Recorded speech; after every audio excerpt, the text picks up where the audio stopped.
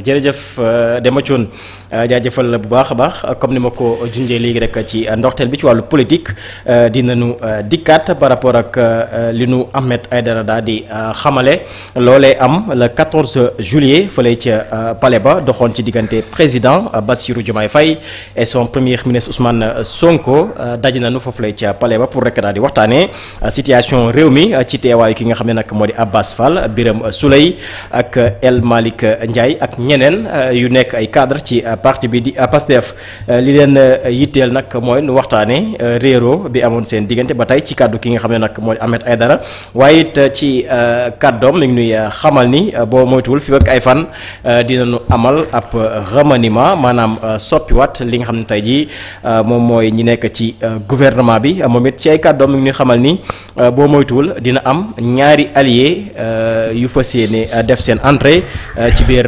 gouvernement bi alors Thioune yooyu nekk révélation bu Ahmed Aïdara def par rapport ak lu ñenn ñi doon supposé comme malentendu bu dox diggante Ousmane Sonko et président Bassirou Diomaye Faye waxtaan am na ba moytuwul sax ci ab remaniement dinañ si àgg.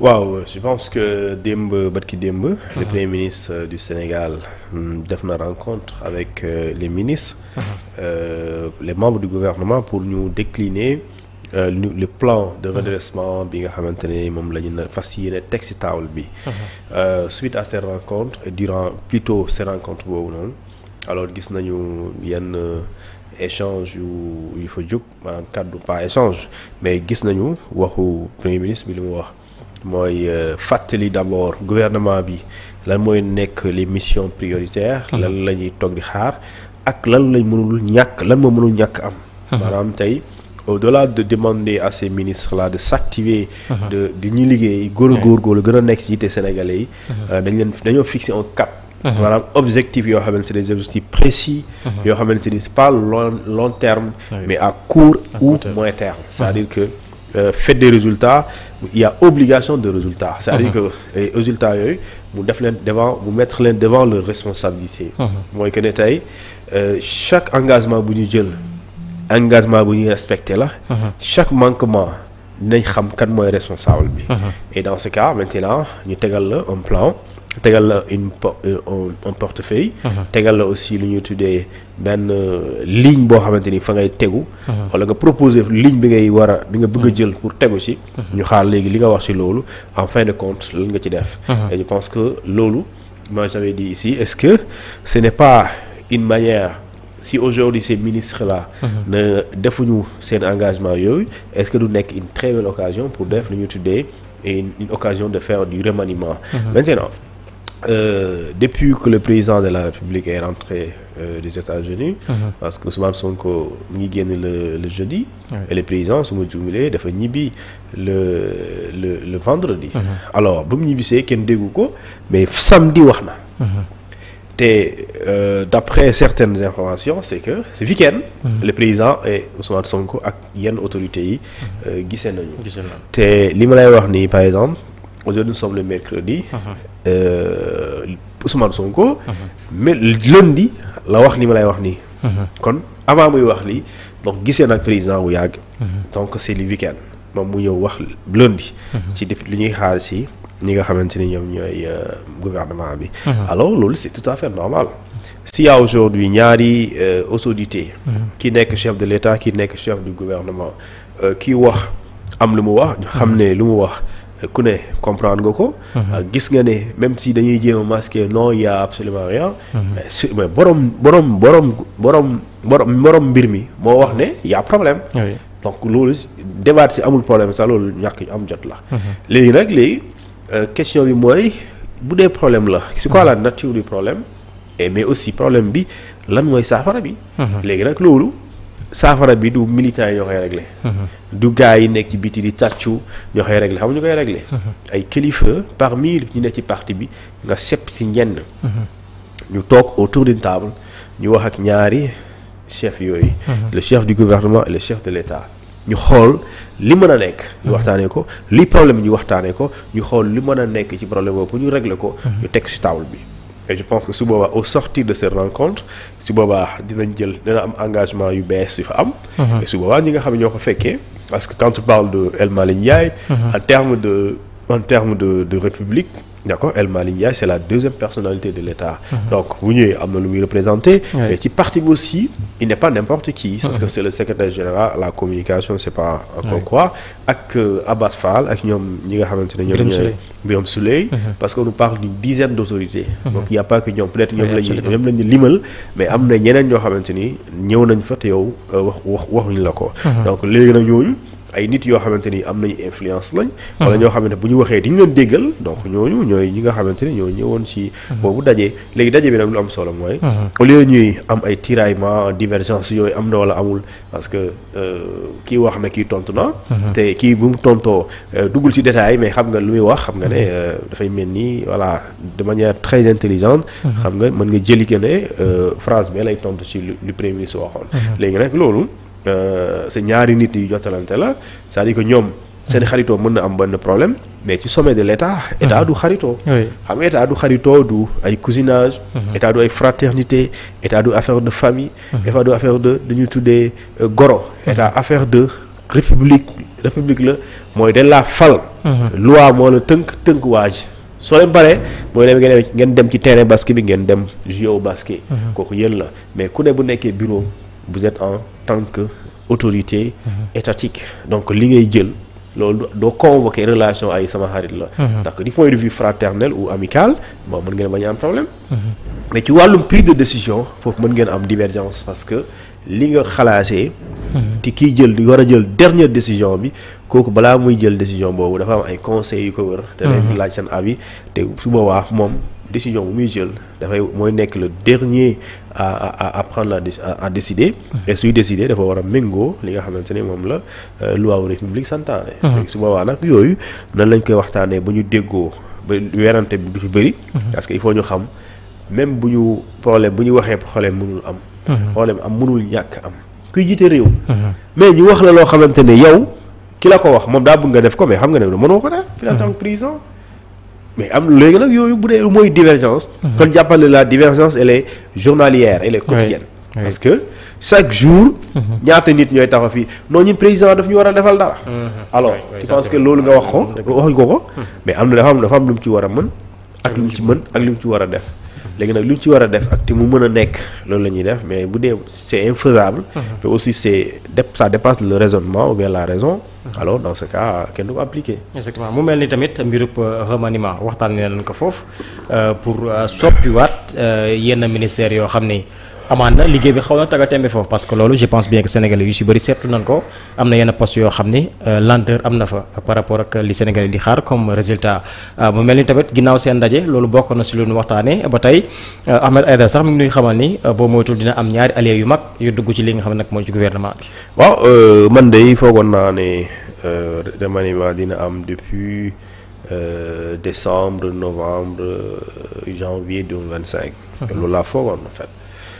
Parce que nag y avait des signaux yoo xamante ni ñoo doon annoncé wu mënoon nga sentir na lu mel noonu parce que soo jiitee réew pendant 1 an wala da ngay def une évaluation au-delà ngay évaluer les politiques publiques les engagements internationaux ak présidentiels ou gouvernementaux ou d'abord da nga war a xam léegi équipe bi nga am d'accord pendant une durée de 12 mois qu'est-ce que cette équipe a pu faire au bénéfice exclusif du peuple sénégalais dans chaque secteur ki nga ko dénk lan la def ak lan moo nekk manquement et sur cette base alors tu peux faire une conclusion à la limite globale pour nga xam est-ce que ñii da nga leen di reconduire wala ñii da nga leen di changer wala da nga leen di def lu ñu tuddee permutation jëlee fii kii yóbbu ko fële parce que jàpp nga ne kooku foofu la nga ko gën a mën a sentir alors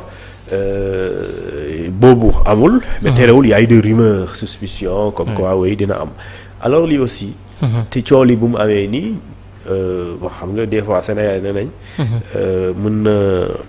mën na yokk waaye du fen waaw mën na yokk dëgg la moom mais léegi yokk bi mooy nga bëgg a wax ne si laa sax nañ ko bëggoon nommer ministre loolu mooy yokk bi mais bëggoon nañ def remaniement bon mën nekk un sujet boo xamante ni voilà c'était voulu quoi léegi nag ndax dañ koy def wala engagement bu ñu jël la ak buñ ko jëlee kañ la ak buñ ko naree def kan mooy tëb question yooyu moom gëm naa ne président de la république ak premier ministre ñoo la ko mën a ñoo mën a leeral loolu parce que nit xam nga est-ce que xam nga ne nit dinañ ko bëgg a def ministre.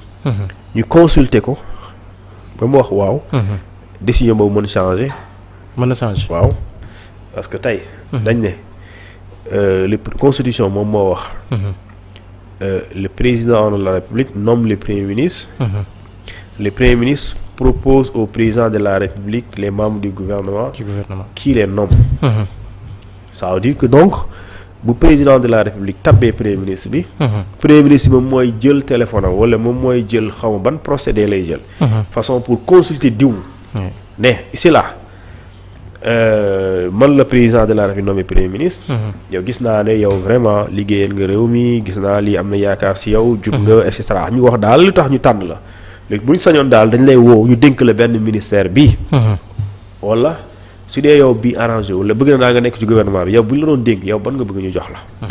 yow su dee bëgg nga ne waa bëgg naa léegi bi nga ma proposé d'accord naa wala. d'accord naa dugg ci gouvernement bi waaye ministère bii laa bëgg ngeen jox ma parce que bii mooy sama domaine. su ma toogee daa xam naa dinaa mën liggéeyal Sénégal. alors suñ demee ba ñu gis ne alors carte nga indi ko président. parce que proposé nga wax. léegi soo ko proposé président xam nga yow woo nga si la. nga jox ko nga liste bi jox ko président. su président gisee ne non je veux pas de lui dans le gouvernement. tu vas faire quoi.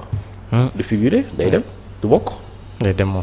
Parce que le Premier ministre n'a pas le pouvoir de nommer un ministre. Oui. Il a le pouvoir de proposer. Et c'est le président qui valide. D'accord. Donc ça veut dire que donc su tànnee kenn su fixé su defee focus sur A. A lu koy jëmmal président la. Donc si le président n'est pas convaincu du profil A. dans ce cas kooku du bokk léegi nag nous sommes en politique.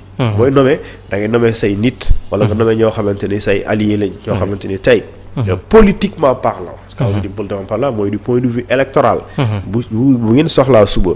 wala élection législative ñëw élection locale ñëw wala élection présidentielle ñëw. d'accord au-delà yow doole bi nga am politiquement. nga am ci ñoom nga mën a compter si ñoom tey soo wootee ñoom tamit ñu woote bokk ak yow. alors dinañ mën a di nga mën a gën a am di nga mën a gën a ratisser. large et loolu la ñuy doyee allié. léegi nag soo bëggee loolu am da ngay jël allié aussi nga jël benn cër. wala ci ay cër jox leen. alors ci cër yooyu je pense que. ñëpp xam nañ yenn genre allié la donc loolu. mais si allié yi. il y a des profils pressentis par exemple.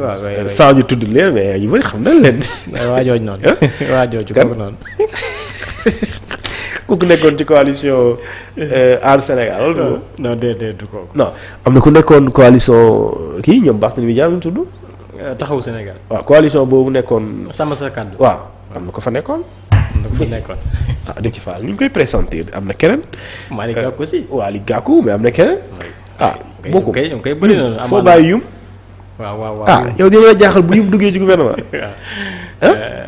yow parce que ak yum aussi yum pire. mais sëñ bi man kay dama lay bëgguma la jox tout parce que xaw ma waaye ñii nag ñooñu moom seen profil kii na moom. ñii de ñoo fi nekk allié yoo xamante ne xam nga ni ñii. tey buñ la waxee Déthié Fall dugg na ci gouvernement dafa la war a jaaxal. ak actuellement position bi mu taxawee si côté Sonko. mais tey te communication dafa am solo c'est-à-dire que premier ministre Ousmane Sonko. moo taxoon bu mu nekkee di def campagne législative. moo tax man je pensais que jamono après élection législative bu ñu installé député yi. man jàppoon naa ne dañuy def remaniement. remaniement foogoon naa ko. mais campagne soo gisee communication Ousmane Sonko. ba ci marketing. mais dafay mel da nga koy jaay. d'accord. da ngay mel ni aussi da ngay rassurer sénégalais yi wala militants yi. wala ñi nga xam ñoom ñooy sympathisants yi. pour lan ne alliés yi bëri nañ lool. waaye kii sama allié la. est-ce que nga comprendre. donc. parce que léegi dafa mel ni Déthié mooy bras droit Ousmane Sonko. parce que fu mu dem da nga ko waaw léegi nag loolu c'est pas hasard c'est pas du hasard loolu du hasard doo di. da nga jàpp loolu dafa jékki-jékki rek hasard. Déthié Fall. moom àndul ak Sonko présidentiel. du dëgg. mais am na alliés yoo xamante ne. dañoo ànd ak Diomaye présidentiel. mais moom mu dem élection boppam. gañewul Diomaye gañe mu toog ñu dégg coow li. mu dem ànd ak beneen coalition mu dem coalition boobu ñàkk mu génn avant élection mu démissionné mu ne bokkatuma. bu mu bokkatulee mais avant élection yi ñuy élection d'ailleurs datu élection jour bi. la veille durant la campagne d'ailleurs laa bëgg a wax. il était aux côtés de Ousmane Sonko. et pourtant bu muy ñëw. am na d'autres alliés qui étaient là. mais dafa ñëw Sonko def ko ci wetam. loolu signification boobu boo xamul ci communication politique man xamul lay xam. parce que am na si ñoo xamante ni boobu ba léegi. ñoo bu Diomaye di signé bu Diomaye génnee prison ba dem ci liberté si jëppal bii. ñoom ñoo bokk na ci njëkk a ñëw signé. moom si ñëwul de. te ñooñu ba léegi demuñ ñu ngi fa. mais lu mu jegee Sonko jegewuñ ko lu tax. te ñooñu signé woon actuellement coow mi ngi seen biir. waaw ñu ngi seen biir parce que dégg am na ku ñu retiré ci groupe WhatsApp bi xam nga am na ku ñu retiré ci groupe. si waajooju laa bëggoon. bi day defee gis naa tey invité nañ ko feneen. RFM la indee woon coow li. politique Sénégal neex na neex boo xamante ni xamul naa ñan laa ngi nii def promotion bi. opposition bi opposition bi xoolal. am na lu ñu partagé ñu ne. Lan Ndour am na lu mu tuddee. il s'appelle quoi je sais pas quoi Ndour. voilà Bougar Diouf. Bougar Diouf waaw Bougar Diouf. léegi am na ko ci RFM la waxee woon ba nu jëlee ko. léegi nee na am na ko waaye nee na lu neex non bëgguma tudd tur bi sax mais lu wax da ngay reetaan sax léegi waa opposition. ñooy def promotion. benn waay bu jot bu commencé am problème tuuti ñàkk a déggoo ak régime bi léegi ñoom dañoo sawar ci loolu yàlla problème bi jaatu léegi ñu invité ko tey 7TV su ma jubulee. tey daal foofu lañ ko invité mais dañ ñu kontaan ne tey dëkk bi tàkk. ñu ne léegi lu naqari waa boor ba leen neex na léegi parce que kooku tamit. bon je sais pas lu muy wax. on day def révélation je sais pas ce qu'il va dire. léegi nag loolu je pense qu'en politique aussi. il faut savoir assumer ses positions. En politique il faut être en phase soit être en déphasage. c'est un peu ça. c'est-à-dire que mënoo ànd moom warul am taxaw. mais allié xam nga la mooy allié. allié mooy koo xamante yéen a bokk gis-gis. wala seen gis-gis yi dafa jegewantoo. ngeen am principe conviction politique yi ngeen bokk. mais c'est pas possible nga nekk sama allié ba pare. sama adversaire bi nekk fële. su may attaqué yow nga ne waaw moom yaa nekk si dëgg de. wala su ma tegee loo xamante yow da nga ko war a défendre.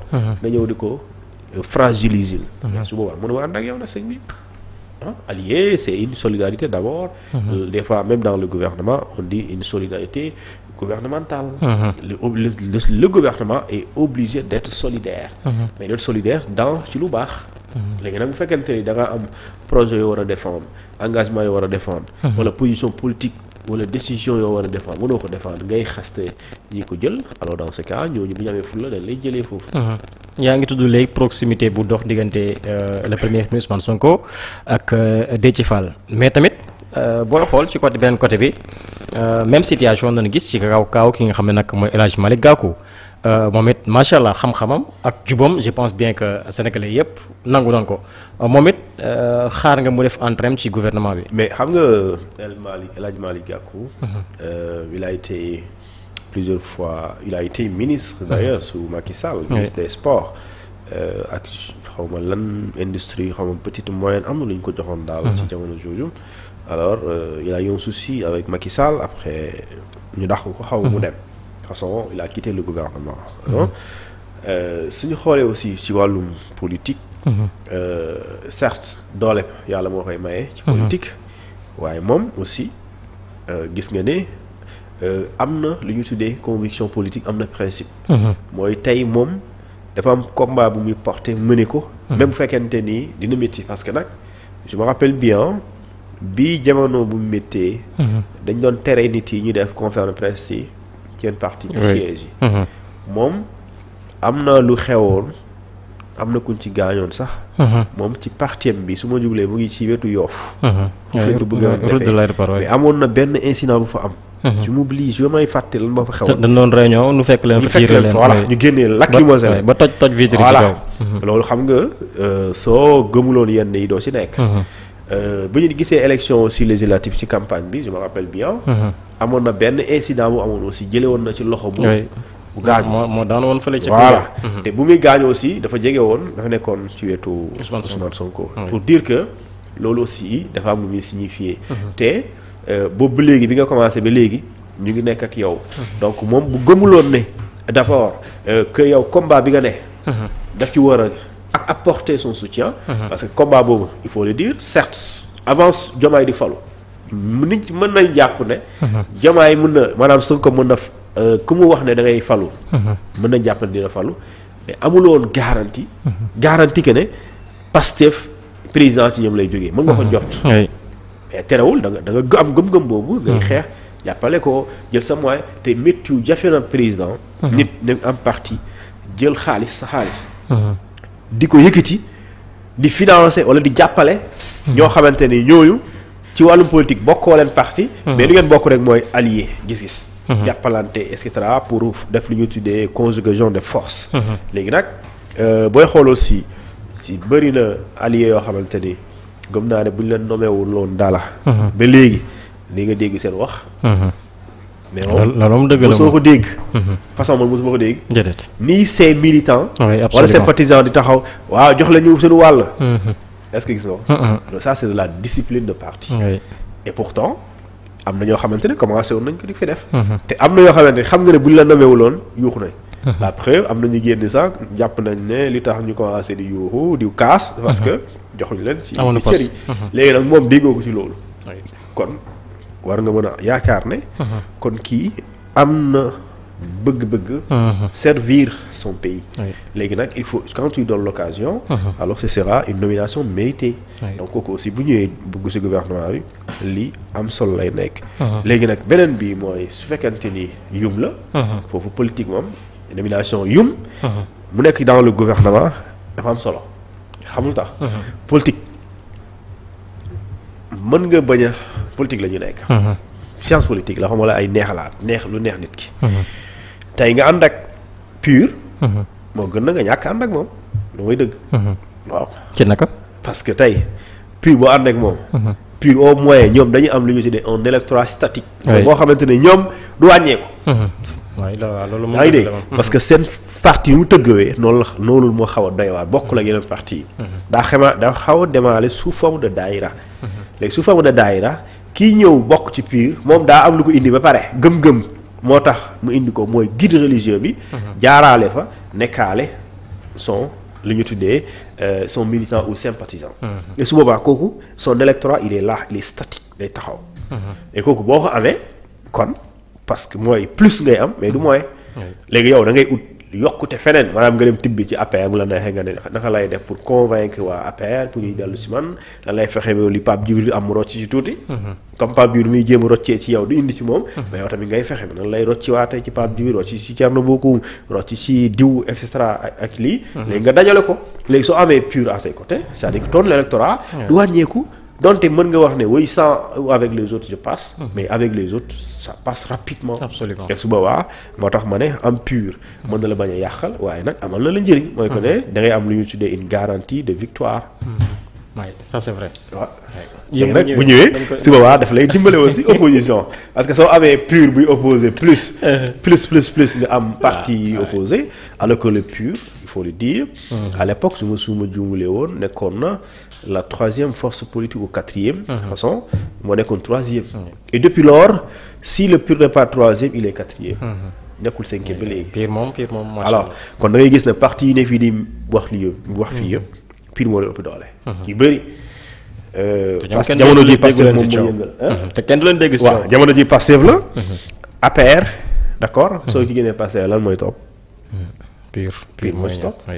est-ce que léegi PUR ak APR xaw ma ñoom ñoo ëpp doole.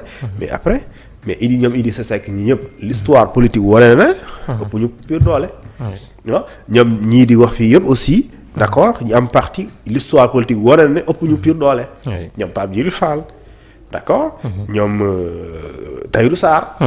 ak ñeneen ñoo xamante ni ñu ngi assemblée mais ëpp ñu PUR doole. PUR kay moo tax bu mu àndee coalition ak gars yooyu noonu. erreur la def. politiquement. moom bu demoon moom kese ak couleur am. dina am lu ëpp ñaari député mais jamono jii nga dem coalition amuloo benn kese nga am. te boo demoon coalition boo demoon yow. kese ak sa propre liste. dans ce cas di nga am garantie am au moins 2 députés. mais léegi mënoo am député 2 parce que c'est nous sommes dans une coalition. oui loolu donc da ngay xool ne le perdant c'est PUR. waaw loolu moom dëgg la yum xanaa kon porte-parole du gouvernement dañ koy jox. waaw les gars yi yum daa tubaab du mën a làkk wolof lu leer dama di gouvernement dafi nekk di làkk tubaab di làkk tubaab yi xóot après suñu maam ba la du dégg donc le Sénégal moom Diomaye moom lu ki mooy kat kii xanaa France la nekkoon. kii kan lay waxal. dégg mais nag. moo ne day làkk lu nu am problème tekki ko. non bon en tout cas il est bien. Ouais. il est bien. Ouais, il est bien. Il est bien. Déthié Fall il est très bien. pour nga xam il est très bien. ay xool ses activités professionnelles. Oui, absolument. pas nga gis ko ci politique nii. alors dañ koy fekk ci liggéeyam. waaye son grand monsieur. Oui. Déthié Fall. Très bien du ñàkk fan yi dinañ si am ab réponse bu leer par rapport ak remaniement bi ñu daal di tudd jëmale ko rek ci nguur gi Thioune dañuy daal di àddu ci leneen muy texte bi Juan Branco daa def ban ko tegee loxo fële nga xam ne nag moo di ca Mauritanie indi ko fii.